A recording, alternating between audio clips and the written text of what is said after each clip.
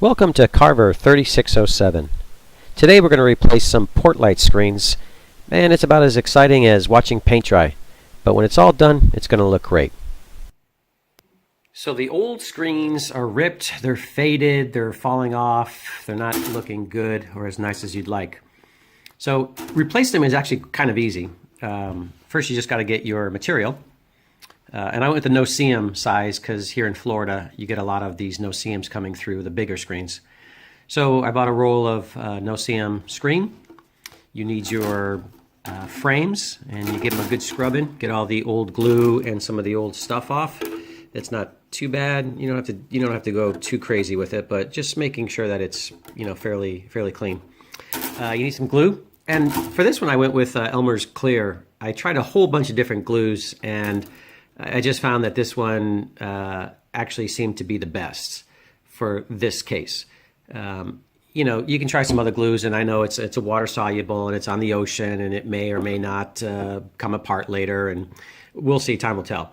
And then a little brush to kind of brush the glue on to keep it nice. And then the finished product will come out like this. Nice new screen, nice no-seam. And it's in really great shape and nice and strong, and yeah, you replace them quite easily. So here's how to do it.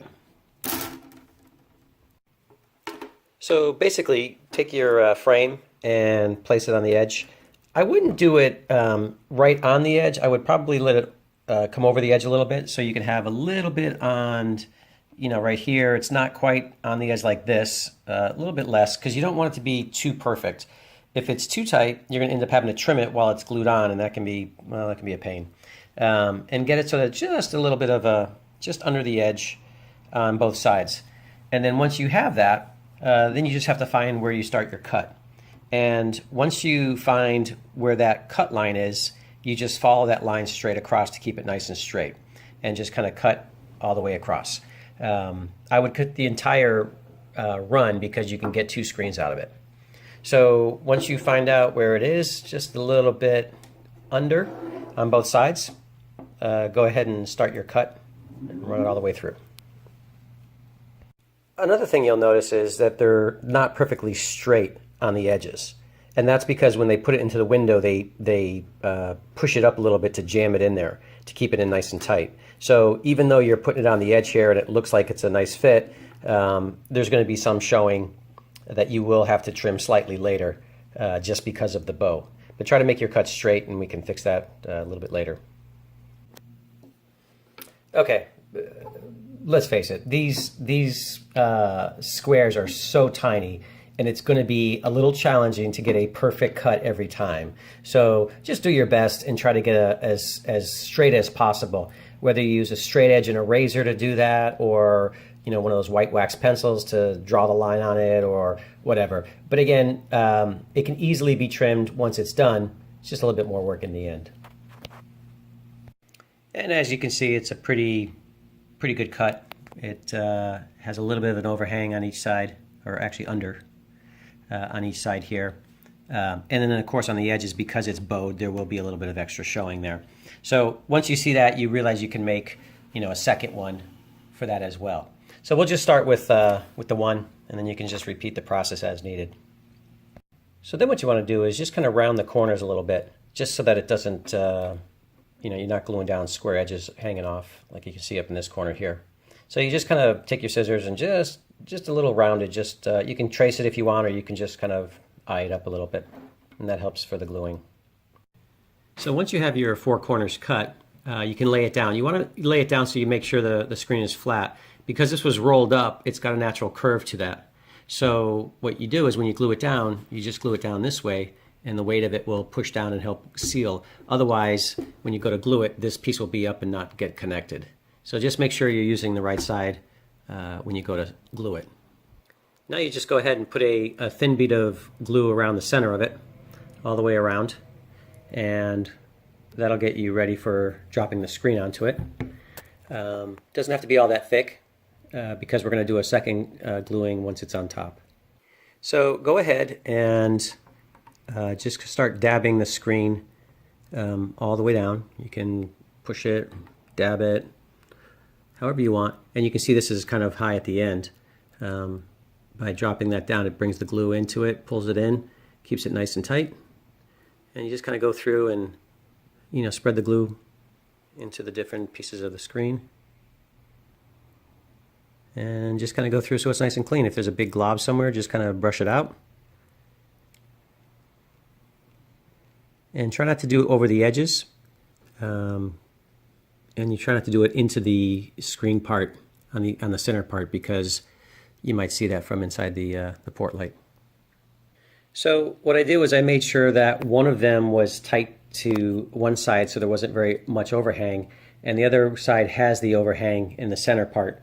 So if I do have to cut, I'm only cutting one side, not all sides. And I did that for the sides, the bottoms. So this side has a little bit of clipping to do. This side will have some clipping to do, some trimming, and the others two won't. And the first run of glue might actually be fine. If you think that it's thin or you need to add some more, just go ahead and put it in and then rub it in again with the brush or your finger, or however works best for you.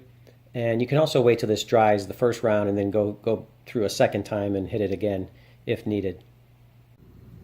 A couple of things you should remember is always have a wet rag, because it's glue, it's going to drip and it's going to stick. So by having a wet rag, you can hit it before it gets onto the screen or glues to your tabletop or your work surface. And the brush, always make sure that you get the brush kind of cleaned up and don't let it dry or harden with the glue on it. If you're doing multiple ones at the same time, it's a little easier. You can just keep running with it. Otherwise, just run it through the water real quick and dry it off. So a word to the caution, I don't have a very large table.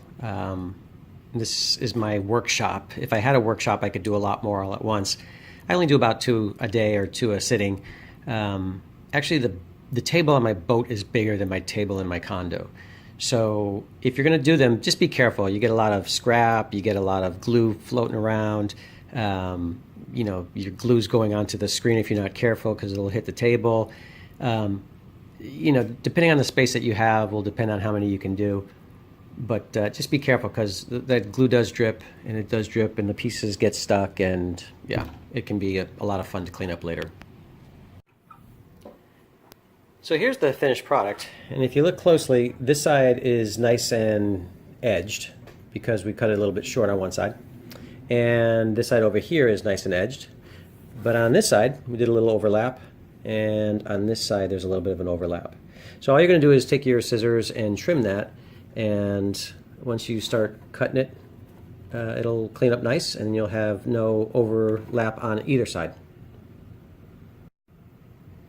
So if you get your scissors and kind of hold it at an angle, you can twist it and lean it over, and that gives you a little bit better cut, so you can get it nice and close to the plastic without actually cutting into the plastic. And once you do that, the job is complete. And that's about it. Pretty simple to do, pretty quick and easy, pretty efficient, and you have some nice new screens that'll keep the bugs out at night. Good luck with your projects.